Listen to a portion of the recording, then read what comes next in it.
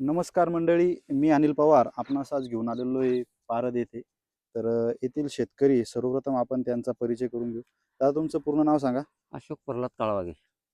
तर बघू शकता मंडळी या ठिकाणी मल्टीप्लायरचा वापर या प्लॉटवर झालेला आहे. तर या प्लॉटची लागवड किती तारीख आहे? 1 एप्रिल. 1 एप्रिल आहे.